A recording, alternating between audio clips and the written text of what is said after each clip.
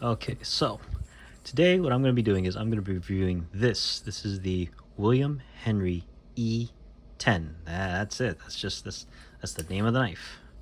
There you go, William Henry E10-1. Right. But before I get into the review of this, I want to share something with you. Rather, I want to show you something that I'm going to be starting to do with this video, and it has to do with showing you my ass. My aggregated sentiment score. So basically, I am not a professional. I don't know what the hell I'm doing. I don't know what I'm talking about, really. But I'm a knife enthusiast, and I get a feel for these things that I handle, use, touch and stuff. And I think that it would be helpful, mostly to me as well as viewers, to just give it a score so that we can have an understanding of where it is compared to other knives that are out there, or even just on this channel alone. So my aggregated sentiment score will be based on a number of things: materials, ergonomics, craftsmanship, design, versatility, carryability, value. Materials, pretty straightforward. Is it a premium material? Is it a cheapo material? Things like that. Ergonomics, how does it feel? How does it handle? Just basically the when you're using it, what is it like? Craftsmanship, fit and finish, things like that. Design, is it something that's compelling? Is it kind of a boring but works design? Versatility, is it something that is really just for a glorified letter opener, or is it something that I can take into the woods and baton, to split some pieces of wood? Carryability, I will primarily be focusing on folding knives, pocket knives, things like that. I don't know if I'll ever be venturing into the full tang knives, things like that. But if I do, is it carryable? And that's what I'm interested in. That's what this channel is really going to be focusing on. So, carryability, how well does it carry in the pocket? And probably the most important one, overall value. Do I think that the cost of this of a knife is worth whatever it's going for, whatever it's going rate for? Now, some of the knives that I'm going to be reviewing, they're not always going to be the newest, latest and greatest. Some of them are going to be old items that that I just have got my hands on and am sharing. So, value may be something that is going to. All of this is really going to be variable. Some people may agree, disagree with me. That's fine. That's your right. I welcome comments in the comment section. That's how we get better. Okay. Anyway, taking my ass out of the way, getting back to this beautiful thing. Like I said, William Henry E10-1. This is a brand that I had never heard of. My lovely poop brother over at the Pocket Bulge, please check them out. He has a great channel. He has great stuff. He shared this with me, and he sent it to me to check it out, do a review of it. I don't have the kind of funds to really be able to purchase new things all the time, and people don't know who the hell I am, so they're not just sending me things to get reviewed. So he has a very respectable collection, and it's quite eclectic, and he just sends stuff to me periodically. So he sent this over to me, and this is very nice. It feels incredibly premium. The first time I saw this, I was thinking to myself, "Whoa, oh man, I can't carry this around, yada yada." Then I read the little folding pamphlet thingy that comes with it. It surprised me. It surprised me because the materials that this is made of, I wouldn't have suspected. So let's start with the blade. It looks really, really nice. Looks like there's some sort of a coating on it. I don't know if it's DLC or what. It doesn't necessarily say in the pamphlet, or at least I don't remember. I believe it's called a hollow grind. I don't know if you can see it, but basically to exaggerate, there's a curvature to the grind on this. It's not just a straight grind like that. It's as if there was like a wheel, and you can see it just in the way the lighting you know goes down along it. So that is really, really very nice. Also, you look at it, you don't really see any lines from the machining. Yeah, you see a little bit here and there. And I'm smudging this thing, and it's such a pretty looking knife that I don't want to smudge it. And then, of course, Pocket Bulge put his edge on it. It has a beautiful, beautiful mirrored edge to it. So it's really this is a beautiful, beautiful, beautiful piece. I really, really like it. The inlay is some cocobola wood. It's pretty common, with pocket knives that have wood on it. The pocket clip is deep carry, a proper deep carry. It's at the very, very end of the the handle, and the machining on the scales. It it's so like you have a firm grip on it. This thing is not going to slip out of your hand unless you're goofing around with it. There's no sharp edges that feel like you're going to cut yourself on it or anything like that. It's very, very light. I think, if I'm not mistaken, this is under 2 ounces. I want to say it's like 1.8 or something like that. Okay, yeah, 1.73. This is super, super light. It utterly, utterly, utterly screams gentleman's EDC. And I have crud on my new mat. So anyway, um, it's fantastic. And the the finish on it, the hardware on it and everything like that. It's beautiful. It's a button lock, and it just it's so quiet. You don't hear a click or anything like that. It opens, and it's just super solid. This thing feels amazing. It's like an extension of you when you're cutting something. It's not a hard use knife. I wouldn't call this a hard use knife, but it it just feels fantastic. The craftsmanship of this thing is really quite impressive.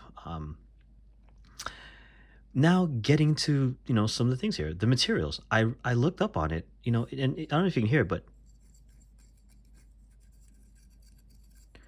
these scales, they're aluminum.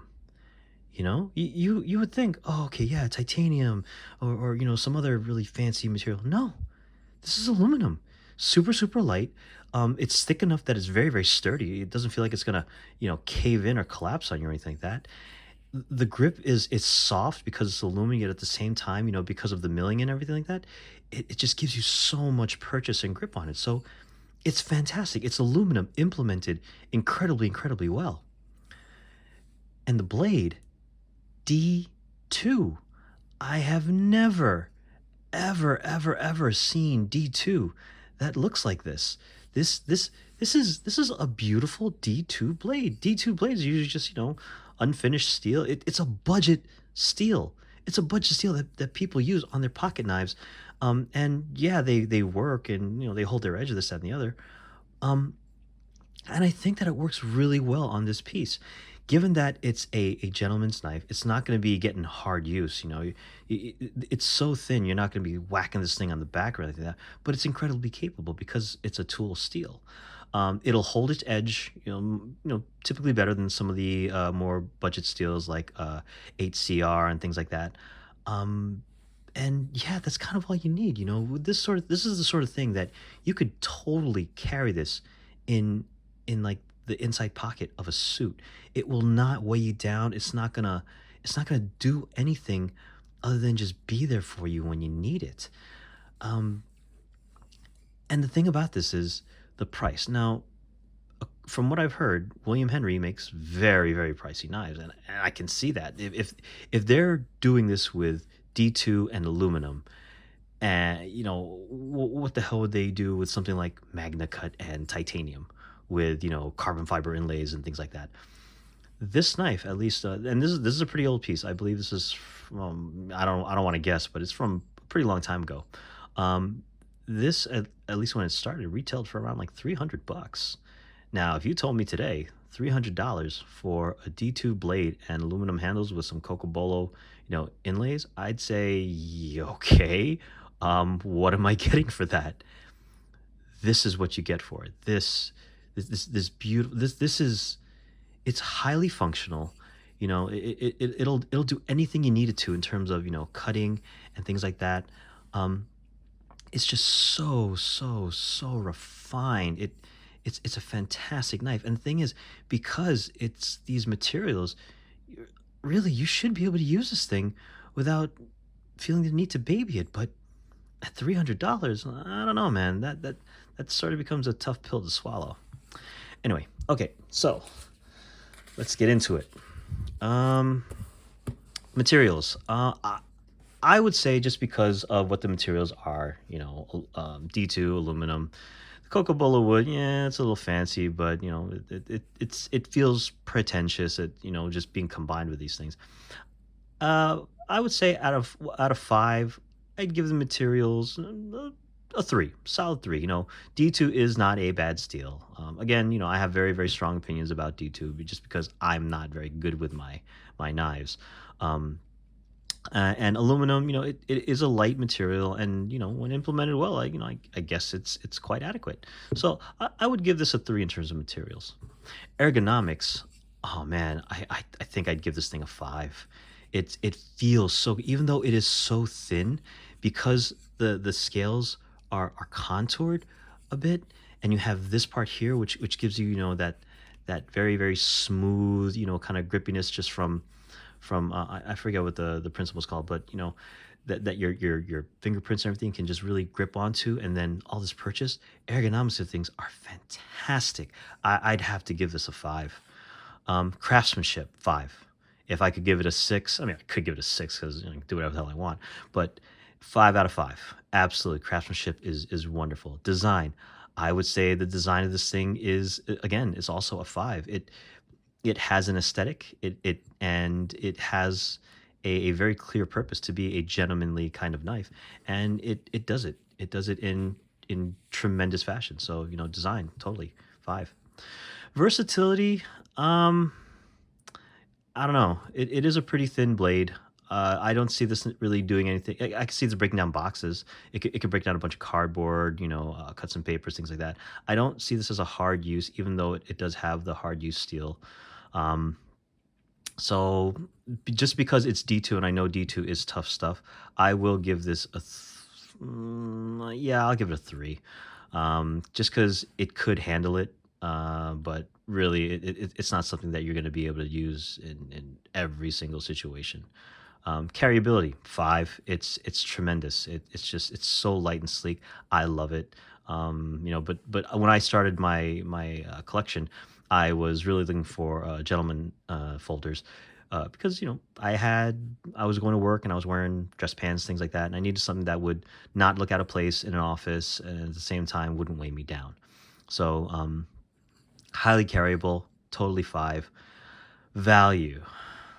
So you are getting a beautifully designed and well crafted knife, that limited versatility, but again, if you're getting it for a specific purpose and it meets that purpose well, then can you really complain?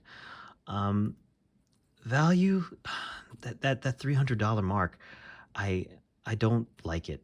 It's it just seems like it is too high of a cost, for something like this. Yeah, it's great, and yeah, I could totally appreciate it, but would I pay $300 for this?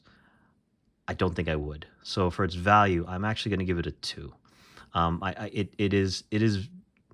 I'm not saying that you're not getting your money's worth necessarily, but I don't find value in something that has limited versatility. Well, I mean, it checks off all those things, in really high marks. Um, but yeah, I think it just comes down to just the materials, really. You know, 300 something dollars for D2 and aluminum, and just a tiny bit of cocobolo. I wouldn't say that was necessarily a great value. But man, oh man, this thing, like, some knives you flick around, you click and things like that. This one, it just feels so satisfying to open and, oh my god, and closing it. It clicks into place. It feels fantastic. I wish that I had 300 bucks to spend on something like this, and not feel like I overpaid, because I would love using this thing. But yeah. Anyway, so there you go. The William Henry E10-1 and my ass. Thanks for tuning in, and we'll check you later.